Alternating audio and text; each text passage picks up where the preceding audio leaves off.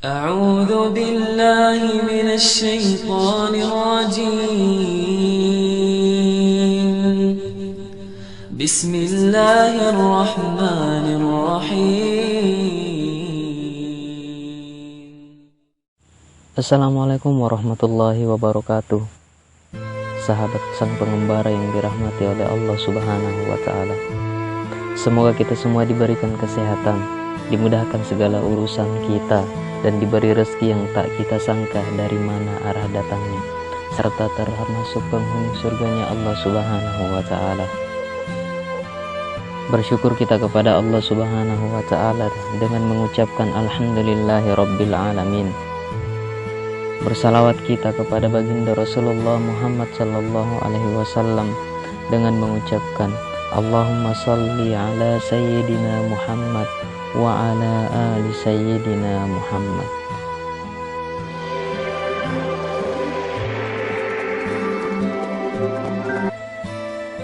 Bersedih kerap sekali dialami manusia saat manusia itu dihadapkan pada suatu kenyataan yang tidak bisa mereka terima.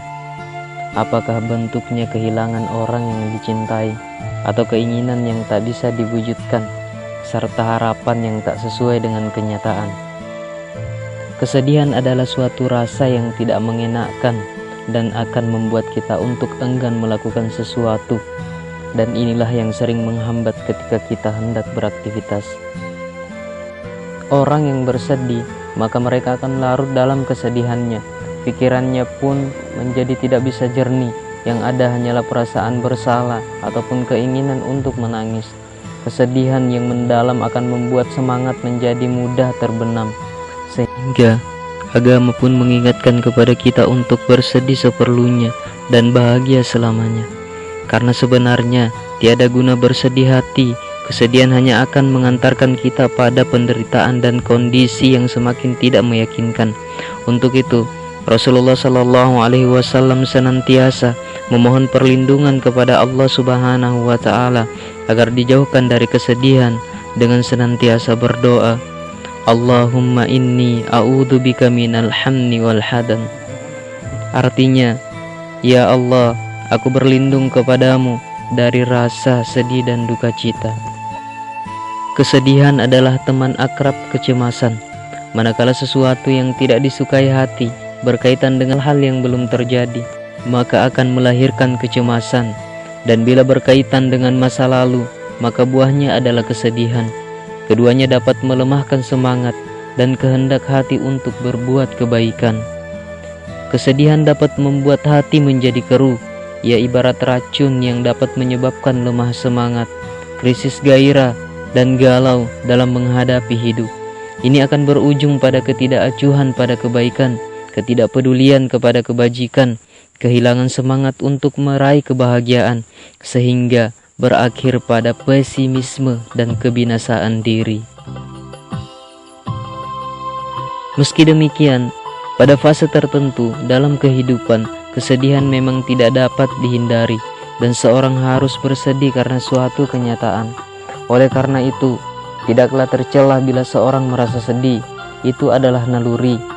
Tak ada salahnya bila memang sewajarnya, terlebih bila sebab-sebab kesedihan itu adalah suatu hal yang terpuji. Maka seperti apakah kesedihan yang terpuji, dan seperti apakah kesedihan yang tercela?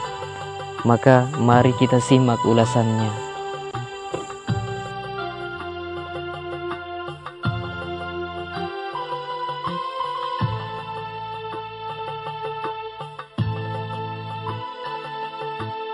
Yang pertama, kesedihan yang terpuji adalah kesedihan seperti yang dirasakan orang beriman saat melakukan dosa, di mana Nabi Shallallahu Alaihi Wasallam mengabarkan bahwa itu adalah tanda iman. Rasulullah Shallallahu Alaihi Wasallam bersabda, yang artinya, barang siapa yang merasa bergembira karena amal kebaikannya dan sedih karena amal keburukannya, maka ia adalah orang yang beriman. Hadis riwayat Tirmizi. Ada sedih yang berbuah pahala dan terpuji dari sisi lain yang bernilai pahala, bukan dari sedih itu sendiri.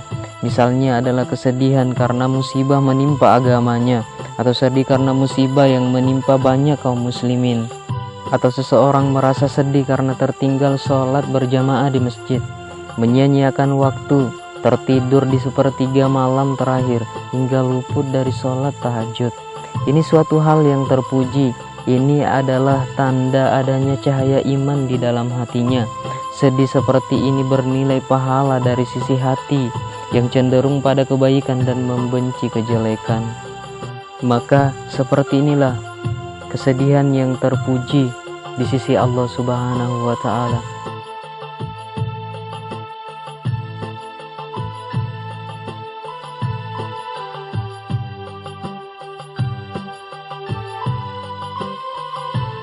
Yang kedua, kesedihan yang tercela. Yang tercela adalah saat seorang larut dalam kesedihannya hingga membuat hatinya lemah, tekadnya meredup, rasa optimisnya menghilang.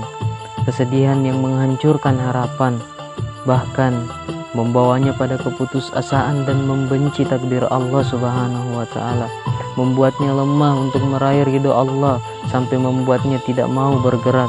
Tidak ada ikhtiar untuk mengubah keadaannya untuk menjadi insan yang bahagia. Maka kesedihan semacam itu dilarang. Allah Subhanahu wa Ta'ala berfirman yang artinya, dan janganlah kamu lemah dan janganlah pula kamu bersedih hati, karena kamulah orang-orang yang paling tinggi derajatnya jika kamu orang-orang yang beriman. Quran Surah Ali Imran ayat 139. Di ayat yang lain, Allah Subhanahu wa Ta'ala juga berfirman, dan janganlah kamu berduka cita terhadap mereka. Quran Surah An-Nahl ayat 127. Apa rahasia dari semua ini? Maka Ibnu Qayyim rahimakumullah menjelaskan, rahasianya adalah karena kesedihan merupakan keadaan yang tidak menyenangkan, tidak ada maslahat bagi hati. Suatu hal yang paling disenangi setan adalah membuat seorang bersedih hati.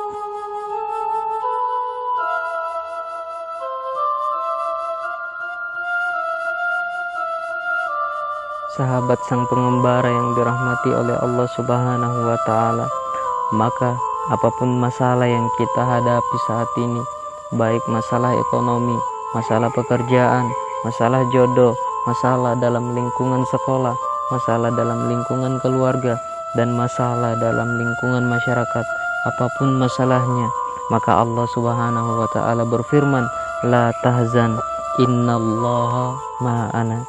Jangan bersedih, jangan berduka, sesungguhnya Allah bersama kita. Quran Surah At-Taubah ayat 40. Bersama Allah tidak ada jalan buntu, bersama Allah tidak ada yang tidak mungkin. Maka bersama Allah semua akan baik-baik saja, karena hanya kepada Allah. Jika tidak, maka tidak ada yang giat melakukan perjalanan. Hanya dari Allah. Jika tidak, maka orang yang berlindung akan gagal. Dan hanya karena Allah. Jika tidak, maka cinta yang membara itu akan sia-sia. Sahabat sang pengembara yang dirahmati Allah Subhanahu wa Ta'ala, demikianlah ulasan tentang kesedihan. Semoga Allah Subhanahu wa Ta'ala menjauhkan kita dari kesedihan yang tercela, yang dapat membuat kita berputus asa dari rahmat Allah Subhanahu wa Ta'ala. Wassalamualaikum warahmatullahi wabarakatuh. Sampai jumpa di video selanjutnya.